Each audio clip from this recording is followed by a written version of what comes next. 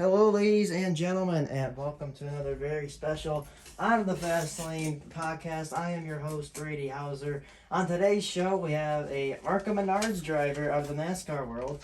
He will be racing at Daytona in just a few weeks. We'll talk about that in a minute. We have the number 3 of Willie Mullins. Welcome to the show, Willie. And thank you for having me tonight. I appreciate being on. so, brief rundown, and now I know it's 2021, we're getting ready for the 2021 season. Brief rundown, how did your 2020 season go for you? For us, it was pretty good. I mean, we only ran, 3 races this year. We ran Daytona, Talladega, and Kentucky. I'm new to mile and a half, so that was, it was okay. We finished 11th there. We finished 8th at Daytona earlier in the year.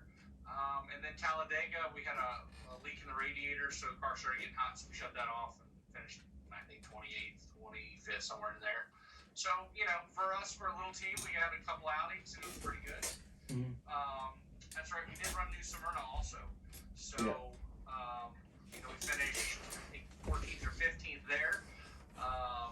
But we broke the track bar halfway through the race. We had to come in and fix that and lost 30 laps. So, like I said, halfway good, halfway decent, and a couple mediocre finishes. Mm-hmm. So you mentioned Daytona and Talladega, two of the biggest tracks. So Daytona, you're going to be racing. You just announced you're going to be racing Daytona in a couple weeks. What's the prep going into the Daytona? Being that you're a smaller team, how much work does it take to get your car ready to go for Daytona? Well, I mean, we've been working on this stuff since middle of November, getting things ready. With our business, it's been hard to get away on weekends to work on Sundays to get these cars together. So it's a last couple hours of thrashing, I guess you could say, last couple days of getting things the way we want it. We also got a new car for our team this year. We bought it from KBR Development. So that was a new car to us. We have a Chevrolet now. And that's going to have CorvetteParts.net on it, and that'll be the Crawford Sprinklers car. So that's new to us this year, and then we'll still have the Ford. So we're going to run both of them at the test, and we're excited to see what happens with the new Chevrolet. Mm-hmm. So Daytona is prestige to every driver, but for you, what does Daytona mean to you as a driver? Daytona, this is my 6th or 7th year going back, and just going through the tunnel every year still. It still has that, the anxiety of going there as just as much as the first time as the 7th time, so it means a lot to us. We've had some good finishes there, so that track has always been really good to me. So we're going back with this new car and hopefully be even better. Mm-hmm.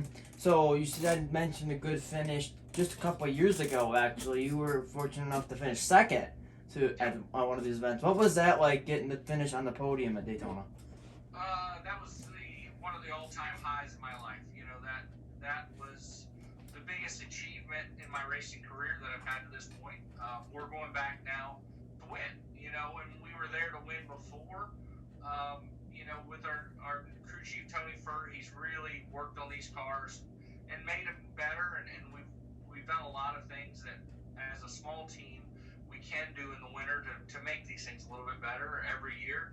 So, Ilmore gives us a good package to go be competitive with the Venturinis and, all the other teams that are there.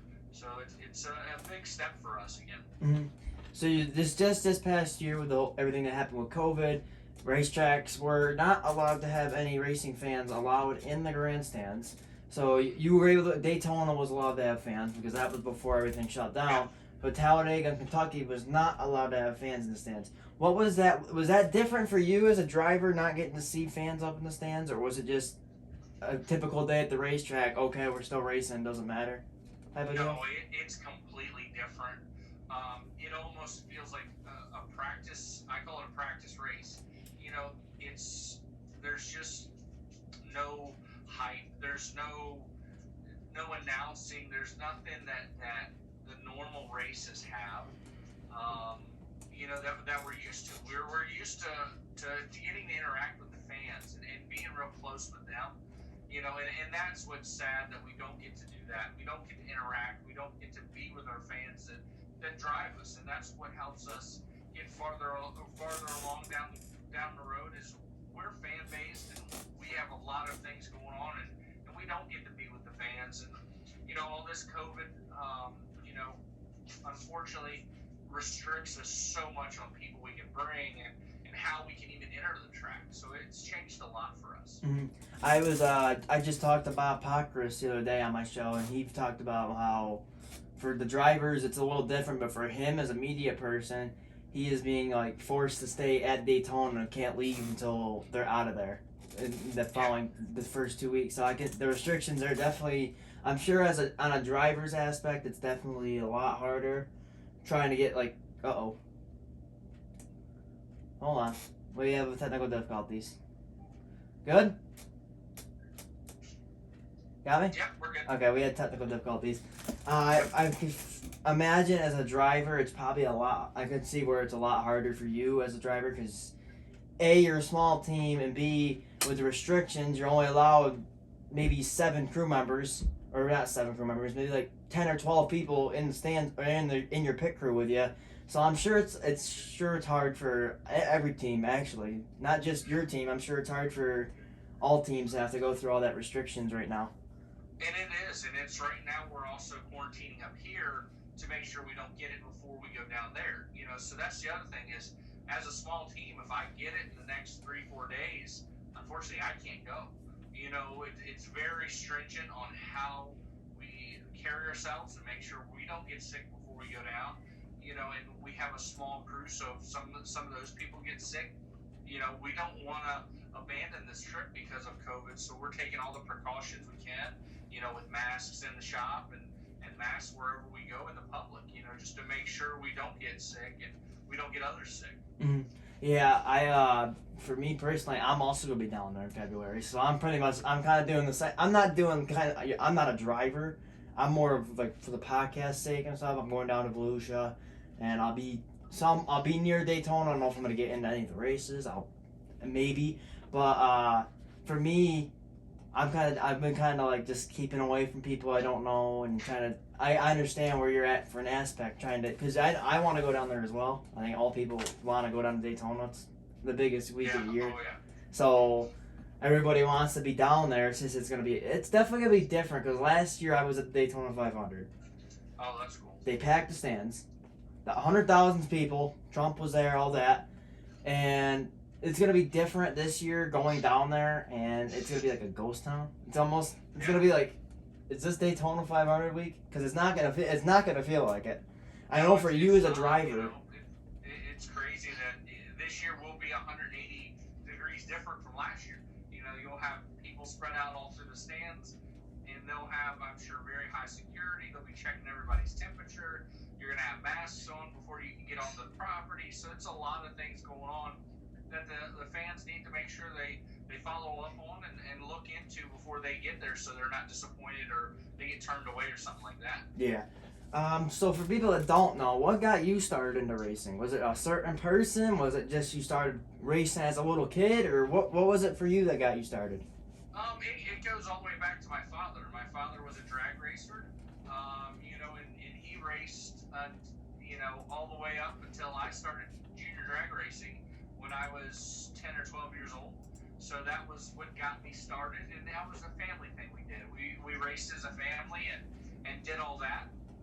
So once we did that, and I got a little bit older and in my early 20s, I decided to go road racing. I bought an old car from Joe Falk, and his son used to drive an Arca, so we bought that car and road raced in SCCA for a long time. So I did that, and then New Jersey came back on the schedule for the Arca series. So we put a car together, and that was my forte into Arca racing. And then we raced the Arca race every year in New Jersey. Then we had mixed finishes. We were learning. I didn't know enough, and I didn't have enough crew behind me to know what we were doing. So we learned there, and then about 6 years ago, we decided to jump into super speedway racing and bought an old Robert Yates car and put all that together and fixed it up. And now it's carried us to where we're at today. Mm-hmm. So you mentioned that you started out drag racing. What was that like as a little kid getting to go drag racing with a car? I'm gonna be honest, the drag racers go even faster than NASCAR does. So what's that? What was that like getting to go on one of them? It was pretty cool. You know, but I had been around it my whole entire life, so to me it was just normal. You know, it's what you did. So we did that, and it was great. Like I said, it was a very good family atmosphere at a local track up here at Summerduck, and we did that for. I think I was in that thing for 5 or 6 years, something like that. And we had a good time. It was pretty cool, and you know, it was what got me started. Mm-hmm. So you race in the Arca Menards series, and a lot of that for you, you're getting a race in pretty much every year. There's gonna be a different driver, and you're gonna be racing against different drivers almost every race you're in. It seems like because Arca's got all the next generation of race car drivers. Yep. What's that like getting to race against like newer people, or getting to race and meet new people and meet new drivers and get to race with some of these guys that like, for example, Haley Deegan, Riley Hurst, who else? We got there's so many Arca guys that have made a name for themselves. You know, it's good on that point, but it's also sad. Like this year, we don't get to race with Michael Self. You know, we've lost a couple of the veterans that, unfortunately, the sponsorships didn't come. You know, because of the COVID or whatever was happening. So it is neat to get to meet these kids as we're racing. You know, I got to meet Chase Elliott in his first road race in New Jersey when he was very young. So that was cool, and I got to see him move up and got to see him go all the way through Cup and win his championship this year. So that was really cool. And, you know, like this year we got to meet Haley Deegan, and she was part of the Arca Menards series. And it was neat to watch her, and hopefully as she moves up, you know, she'll get better and hopefully be able to get some good finishes in a different series, even though she was a little bit behind in the Arca series. So we'll see how that works out for her, and we're going to see what the new crop of kids that are coming in. But unfortunately, I'm a veteran now in the series. You know, I'm getting older, and I'm going to be one of the older ones in the drivers meet being Sean Ford. So it's great to be one of the veterans in this series, and I hope to carry this series another 10 more years. Mm-hmm. I'm sure for you, it's probably interesting for you because I know Jesse Love. He's 15. I'm 15. Yep. What's that like getting to race with a kid that's like they literally just probably graduated or just got out of middle school and now is in high school? Well, it has its mixed feelings. For me, I can't destroy cars, because I have to pay for them. Mm-hmm. Some of these kids that are young, they have unlimited funding, so they can go out and tear cars up and learn. Their learning curve's a lot shorter than mine because I can't go out and tear a car up. I can't run it on the ragged edge every lap like they can. So that's why I'm learning, and I'm trying to get better. I'm hoping to get better and be a little bit more competitive every year I get to run. Mm-hmm. So during the COVID break, I know I've seen some videos where you've tried it out. During the COVID break, iRacing sparked big time, and a lot of drivers started using it. Did you happen to get to even watch the events or even get to take part in any of them? Yeah, absolutely. So what was pretty cool is NASCAR and Arca got together, and they had a grassroots racing series. So we got to run the big wheel modifieds, is what I like to call them. We got to run them all over. I think it was 8 or 10 races we got to run. So it was a big learning experience there. Helped my driver skill there and really got up on the wheel and things like that. So it really helped me to be able to race these guys on iRacing and learn. And I'm still using that to this day to get ready for Daytona. Mm-hmm. I also use iRacing myself. I'm not as good as I'm from a dirt background. I grow up at dirt tracks. That's my background. And when I hop on the asphalt, you probably for you, it being that you're an actual driver on asphalt, it's probably like the easiest thing you've ever done. But for me, you might not don't run into if you run into me in a public lobby, you might want to get out of there. No, it's still difficult for me. I have upset some people in the street stock class on dirt. Oh. So unfortunately that. They take it very seriously, these iRacers do, and there's nothing wrong with that because this is a tool to make you better. And, for me, there's a lot to learn still on this iRacing. So I'm new to it, and I'm trying to make it a little better every week when I get a chance to run it. Mm-hmm. So you mentioned dirt, so we'll keep on the topic of that. Arca gets to visit a couple dirt tracks, and there's also a lot of local dirt tracks and dirt tracks all over the country. Have you gotten the chance to race dirt at all? I haven't, other than we have our backyard go-kart track, White Oak Speedway. So that's been a lot of fun. During our COVID break, we raced 8 or 10 weeks straight on Saturdays with about 10 or 15 go-karts came out. So we got to do a lot of that. The track got really, really fast. We were running about 50 miles an hour down the straightaway on this little 400-foot track. So it got pretty competitive. And it was fun. I mean, it was pretty hard racing. Mm-hmm.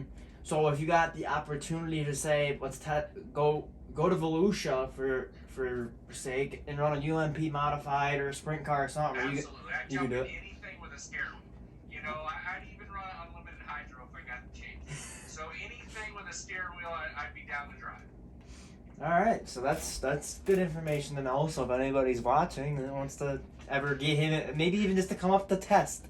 Come up and test a big block somewhere. I drive a Midwest Modified out at North Central Speedway about 5-6 years ago. It was pretty cool to drive that thing down to the corner and hike that left front tire up and drive up off the corner.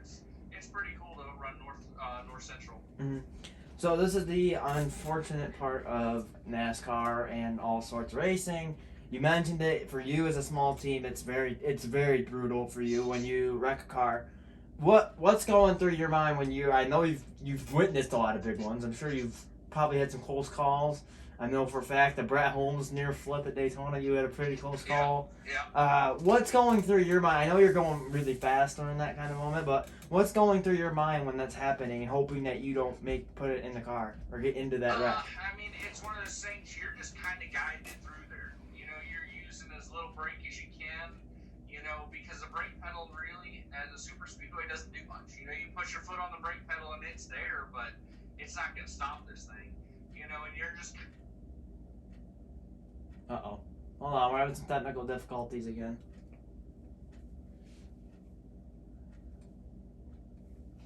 Hold on 1 second, ladies and gentlemen. Okay, we had some technical difficulties. You were talking about not using less brake pedal. Yeah, you're not going to use much brake going through these wrecks because it doesn't stop the cars. So you're kind of just guiding it through all the cars that are flipping and running around there. So it's one of those things that you just hope you don't stop really quick. Mm-hmm. Yeah. I know for a fact that you were actually, I've seen the one where as you mentioned Michael Self, you and Michael Self had a moment on a backstretch at one of those big tracks. Can you remember what happened in that wreck? Oh, absolutely. It's one of those things, when you make a mistake, you remember everything you did wrong, and that's, I was pushing too hard too early, and I got him lifted up a little bit, and I should have just let a road behind him. And I got him sideways, and unfortunately when he came back across, he took both of us out. So that was, I wouldn't say a rookie mistake, but that was a big mistake, and I talked to him about it. And it was unfortunate. I wrecked a good car, and I wrecked his car too, so it was unintentional by all means, but it's sad that I took 2 cars out that had a chance to win. Mm-hmm. So you guys, I've been watching the TikToks. You guys do TikTok, I know that. I've been watching some of your wife's stuff on there, and the neat fact about your car is it's hand painted. Can you tell me a little bit about that? Yeah, we own an auto body and repair shop here in Fredericksburg, Virginia, and one of our biggest things that we've always done until this year with the Chevrolet is all of our cars are painted, and we make sure that they're slick and they're as nice as possible. So it's one of those things we usually take about a week to fix and paint one of these cars. That's what we got the backup Daytona car, which was our primary car last year, all painted, fixed up this year, and it's ready to go to the test. So it's one of those things I've just always enjoyed to have really nice cars when we roll them out of the trailer. Mm-hmm. I know, watching on TV, you're one of the only drivers that you really can't miss on the racetrack because your car is so bright and vibrant. It's probably one of the best. I'm gonna say one of the best looking cars usually in the field. So. And that's what we want. We want everybody to see that car because it is one of the nicest cars. It's one of the brightest cars out there. this year in the new Chevrolet, it's black, red, and white, so it's going to be hard to pick out. It's going to be a little different, not having the bright orange car out there. Mm-hmm.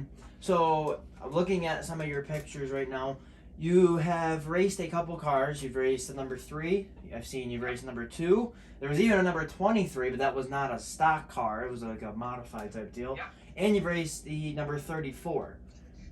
Is there any backstories to any of those cars and why their numbers are? In the ARCA series, when you go to Daytona, you always want to make sure you have some sort of points. When the fields were 40 and 50 cars showing up for the 38 spots, we always made sure we showed up with points. So the first couple of years we showed up with the Basham's number, just to make sure we had points to get in for provisionals. So that's where we started with that. And then we switched over to the 3 because Wayne Hickson decided to get rid of his cars. So we're using Wayne Hickson's number still. And then you saw the 11 this year a couple times. So what we did with the 11 is Andy Hillenberg needed to make sure his points stayed up, and I raced those 2 races with the 11 on. So it's all about wheeling and dealing and helping all these teams out to make sure we got points going into Daytona the following year. Mm-hmm. So, okay, let's see. So you race at, there's also your local racetrack. Is actually, here's a cool fact. I do know that the driver of the 88 for the Xfinity Series this year, Josh Berry, races at your local track. Have you gotten to race with Josh at all or get to talk to him at all? No, I haven't. My wife has. She deals with him a lot in Junior Motorsports. She does a lot of photography at Dominion Raceway, and Junior Motorsports usually uses her pictures when she's up here for Dominion Raceway. So that was pretty cool that a lot of the pictures, if you saw Josh Berry from Dominion, that was my wife's photographs. So it works, one of those things, when they're up here, we get to be around, some Junior Motorsports people, and it's pretty cool. Mm-hmm. So for everybody at home, here is a picture of his number 11 car that he mentioned just a minute ago.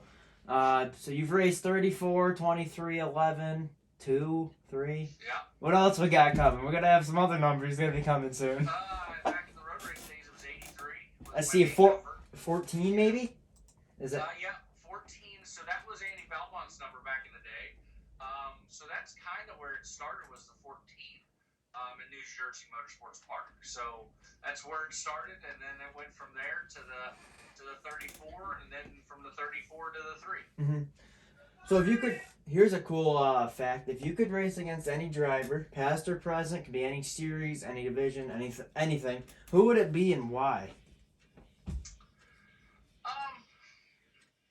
So going back to my drag race backgrounds, I'd love to race against the John Force. That man's personality is just unbelievable. And if I could get just a tenth of that, that would be awesome to have. Is a personality like John Force, and to race against him would be unbelievable. Mm-hmm. Okay, I got a couple more questions, and then we'll chat a little bit. Okay, let's see.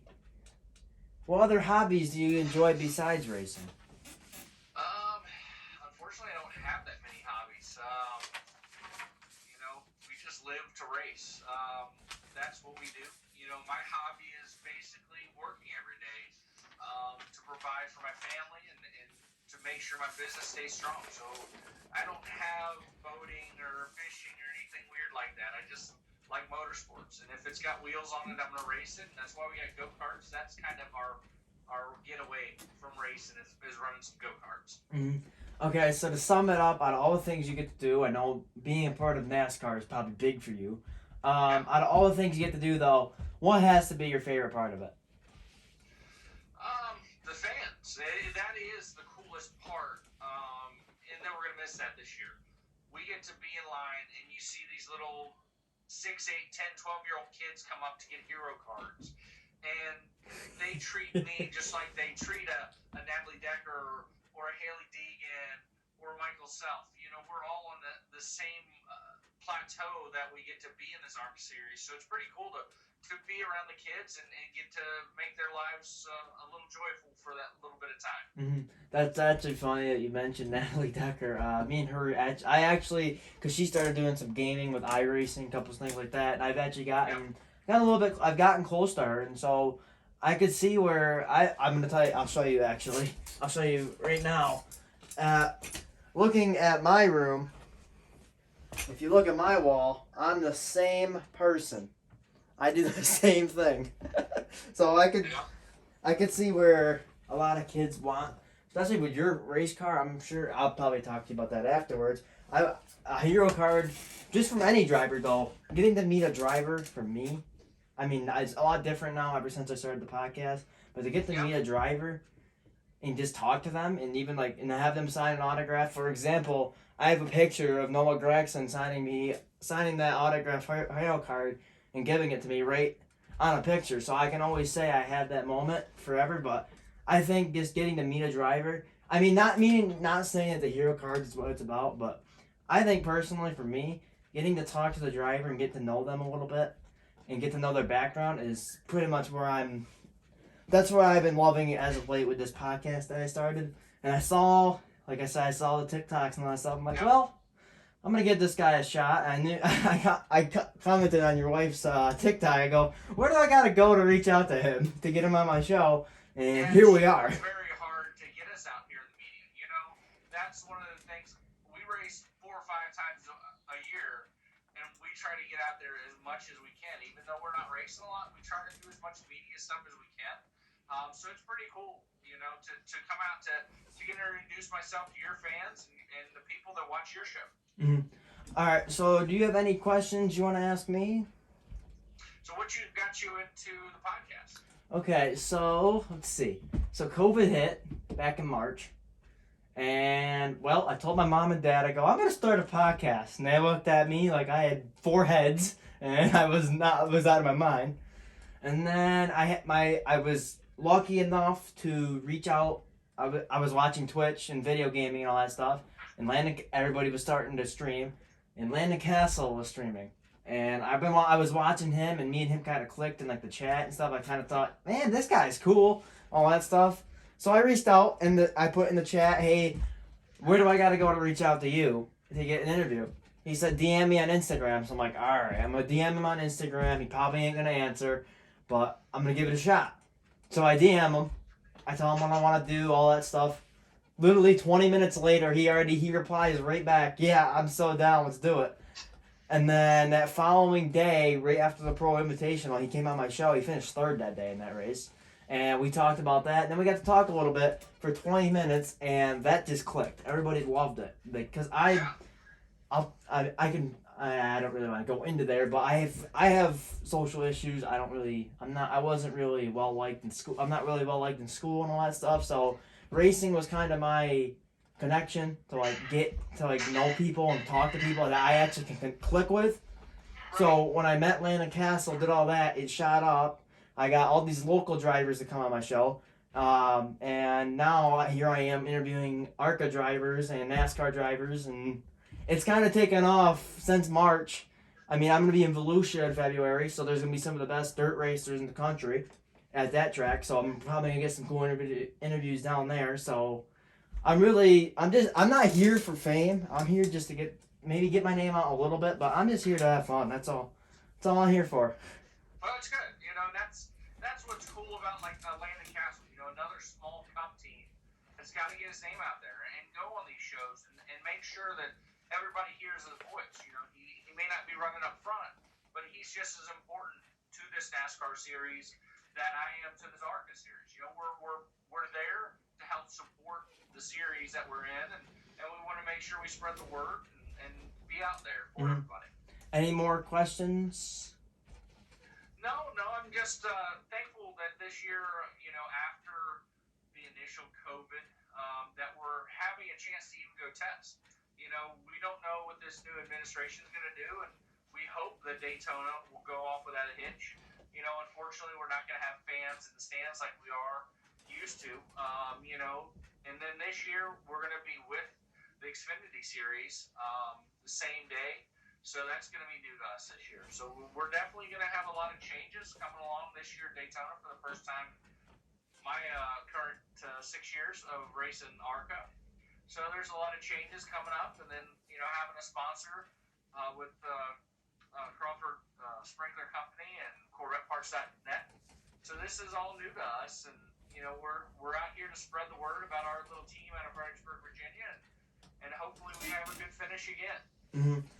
Anybody you want to give a shout out to? It's all yours. Yeah, absolutely. We definitely want to thank Growing Recycling for coming back on, and Snap On Tools with Timmy Brand. All these little partners that help us get to the track. All my crew, that's been with me for years. It's great. We have a couple guys staying back because they're worried about COVID, and they're older gentlemen. So, unfortunately, COVID has struck in that way that we have older gentlemen that don't want to get sick. So we're being cautious there. This year is going to be a little bit different. So we're going to see what happens, and we're excited to be at Daytona in 2021. Mm-hmm. Well, everybody, this is Willie Mullins, driver of number 3 in the NASCAR Arca Menards series. He will be racing at Daytona in just a few weeks, same day as the Xfinity Series race, so make sure you guys stay tuned. Hey, maybe, we never know, we might see him in Victory Lane at Daytona. It'd be pretty... Well, that's why we're going. We don't go there to ride around. We go to the super speedways to win, and we think we have a very good chance this year. So we can't wait. Remember, it's on Fox Sports 1 at 1:30, I believe, on Saturday. So it's coming up next month in February, so we can't wait to get there. Mm-hmm.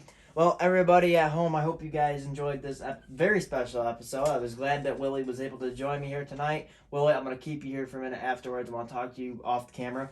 But like I said, if you are new here, like, comment, and subscribe, and click the notification bell. You won't miss a single notification. We have some other guests that we're going to have joining here in just a couple days, actually. We're going to have a couple more drivers. I believe Mike Goulart and Buckle Branham are next on our list. So, and then we're going to be getting ready for Volusia in just 21 days away. I'll be leaving for that. So, stay tuned for that. And then, like I said, just like, comment, subscribe. Click the notification bell. You won't miss a notification whenever I make an upload. And... make sure you guys go give Willie a like. He's also on TikTok, I know that. He's also on Facebook. Go give him a like on there and all that. And for me on Facebook, just go to my racing page, which is Out of the Fast Lane Podcast, or just add me as a friend on Facebook, and there's a good chance I might add you back.